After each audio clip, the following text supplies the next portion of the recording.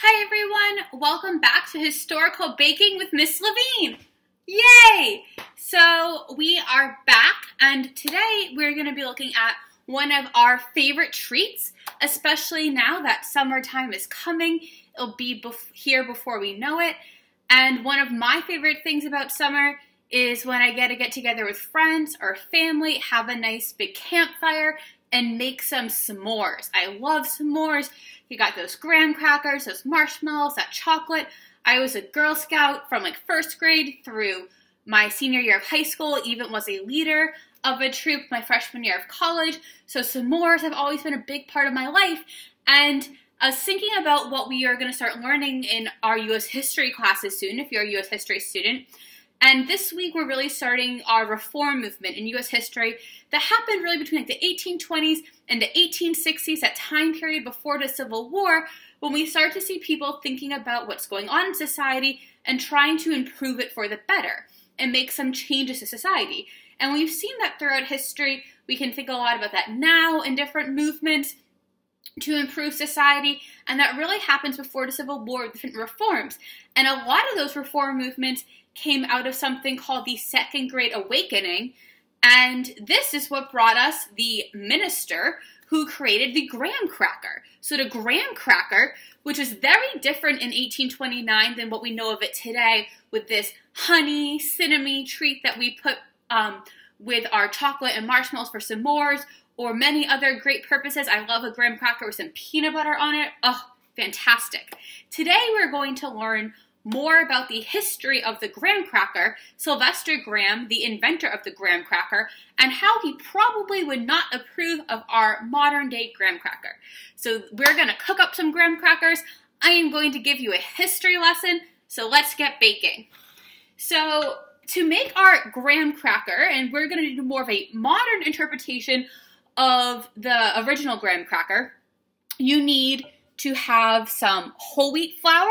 And I know flour is hard to find these days. I had to go to a few places to find some whole wheat flour, but it really makes a difference having this whole wheat flour. We'll talk about why there's whole wheat flour and why this was so important to Sylvester Graham. So you want some whole wheat flour, a cup of whole wheat flour, a cup of our regular flour, a quarter cup of sugar, and then you are going to want some cinnamon, salt, and baking powder. Then we have some vegetable oil, you'll want an egg, some honey, and also some milk. So we're going to get started. So the first step is you are going to mix your whole wheat flour, a cup of whole wheat flour, and a cup of regular all-purpose flour.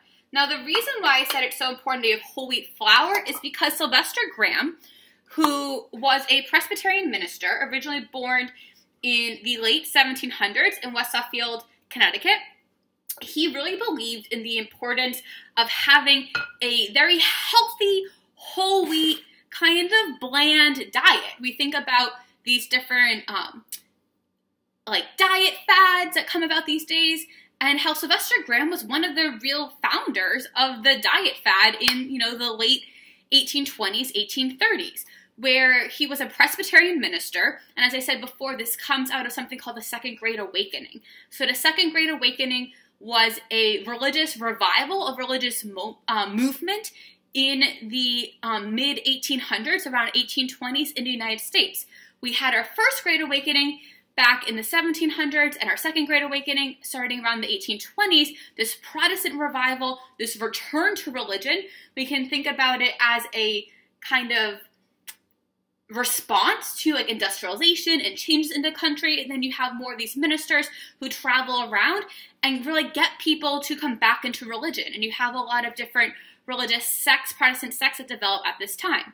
Well, Sylvester Graham was part of the Second Great Awakening. He used to travel all around the United States as a minister, was a really great, powerful speaker, and he believed that we had to return to some ways changing from the industrialization that he saw happening in the United States. And one of those changes he didn't like was regular flour.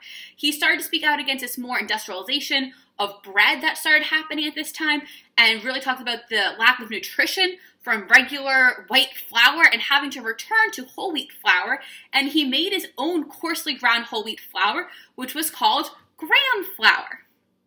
And using this graham flour, he suggested people make these very bland, healthy foods like graham bread, or, you guessed it, graham crackers. So he first created the graham cracker in 1829 using his very coarse, hearty graham flour. So we're going to add a 1/4 cup of sugar to our graham cracker mixture. I don't think Sylvester Graham would have liked that. Again, he was against sugar. He was against anything that would really be seen as like a luxury. So sugar or white flour. He was also one of the first people to really promote vegetarianism in the United States, which as a vegetarian for 14 years, I'm like, yeah, Sylvester Graham, go vegetarianism in the United States. He helped to found the United States Vegetarian Association or Society, I think it was called, in 1847. So in 1847, and vegetarianism at this time was not, as accepted or normal as it is today. It was very odd. So he helped to create the American Vegetarian Society in 1847 and really talked about vegetarianism. And he's also part of another movement that we see happening at this time as a response to our Second Great Awakening and other social movements, which was temperance. Temperance was speaking out against drinking and the very excessive alcohol use in the United States at this time. So Sylvester Graham was part of temperance movement, vegetarianism, and really just believed in people should be better in general, and thought that if you eat bland foods like the graham cracker, or adding a little salt so not too bland, that you would be a better people and be able to control yourself better. So we're also going to add a teaspoon of baking powder to our graham cracker, and then a teaspoon of cinnamon, which will make up our dry ingredients. So I think it's really interesting that, this, kind of sweet treat, the graham cracker, came from someone who believed in very bland, hearty foods in order for people to become better, and spoke for the temperance movement, which, as I said, was one of the main movements at this time against drinking alcohol. He was more for the temperance movement because, as a minister, wanted people to be behave better and not have be more pure and just like better people control their urges. The other reason why this temperance movement was so popular around the mid-1800s was also part of the women's movement. So we're going to start talking about these reform movements during this time more in our U.S. history classes. We'll look at things like the abolition movement, women's rights movement. We'll talk more about temperance and rights for people in prison and mental health reform movements. So we can see a lot of comparisons between like the 1820s to 1860s to society now. But women were really involved in the temperance movement because they thought that it would keep them safer and give them more rights, where if their husbands were going out drinking a lot, they were spending all the family's money, they would often become violent and harm women that way and children that way. So they were for temperance for those reasons. So seeing that movement gain a lot of attention, and it's interesting how Sylvester Graham was a big part of that, even working for the Temperance Society in Philadelphia. So we have our dry ingredient mixture with our flours, sugar, salt, baking powder, and cinnamon. Oh, I love cinnamon. I'm not sure how Sylvester Graham probably would not like cinnamon. He'd probably disapprove of it. Now we are going to do our wet ingredients, which include 1 egg, just right in there. Our vegetable oil, 1/4 cup. You also want a 1/4 cup of honey. I'm going to try to find let's see, in all my baking tools. Oh, here we go, look! It's another Egbert. It's Egbert's friend. It's going to help us with our 1/4 cup of honey. Again, I think this is one of the things that Sylvester Graham probably would not have approved of, too sweet at this time. One of the other major movements around this time were different utopian societies. And I know some U.S. history students were studying this more for their U.S. History research papers, temperance, or a lot of people looking at transcendentalism, which overlapped with temperance, but also utopian communal societies. And how starting these societies, like Brook Farms in Massachusetts, or I'm always a huge fan of Fruitlands out in Harvard, Mass., and how like the Alcotts, think of Lucy May Alcott and Little Women, her father, Bronson Alcott, was part of these reform movements too, and their family tried a 6-month experience out in Fruitlands in 1843. This experiment to live there just off the fruit of their land, and they were vegan. They wouldn't have any animal byproducts, so they wouldn't have honey, they wouldn't even use beeswax. So we are going to include honey in our graham crackers to give it that nice, sweet taste. But it's interesting to think about the different changes and these different, again, these different utopian society experiments from that time. All right, so I brought out Egbert again, both Egberts today, helping us beat up the wet ingredients. We're just going to add about 3 tablespoons of milk to this wet ingredient mixture, and then we're going to add it to our dry ingredients.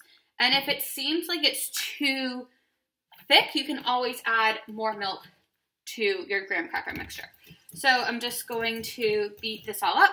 So we have our wet ingredients in here. Egbert's falling, happens. Got my bowl of my dry ingredients.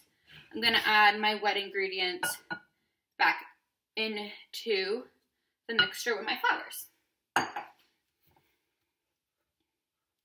So one of the interesting stories of Sylvester Graham, as I mentioned before, since he was very much against using white flour and the breads which were popular at the time, and he was against eating meat, thought that people should be vegetarians, that made them healthier and also just better people, that because he was talking so much against using meat or eating meat and white bread, he was once attacked in a mob of butchers and bakers who were mad at him for speaking out, and again, he was a very good speaker, for speaking out against having white bread and eating meat. He very much thought that people should be making graham bread from whole wheat flour and be making their own bread.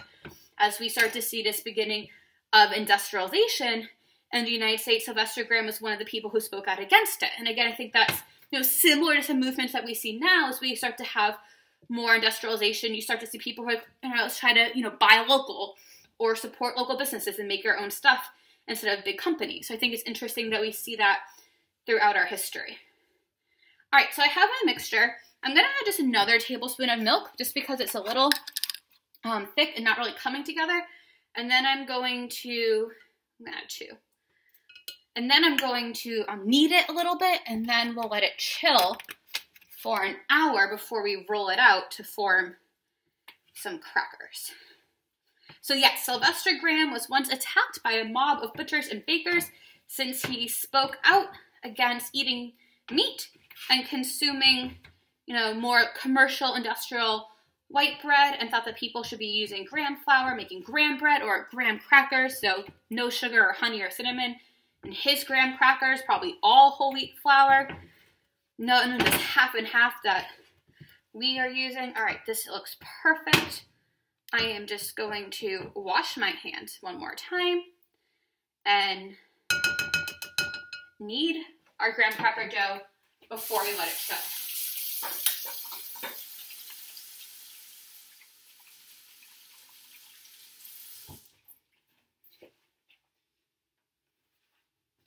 Okay, so I'm just going to keep it in the bowl so I don't make a mess. But since it's not too big, just kind of knead it a little bit in the bowl until it all comes together.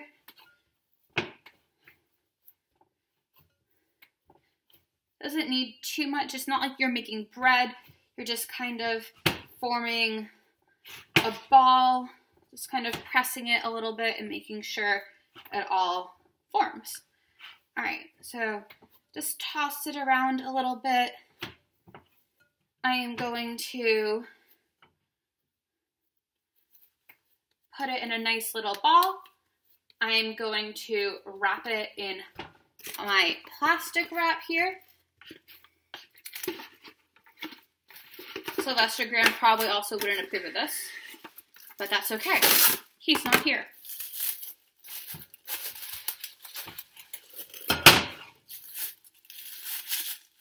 Gonna wrap it all up and let it chill for an hour.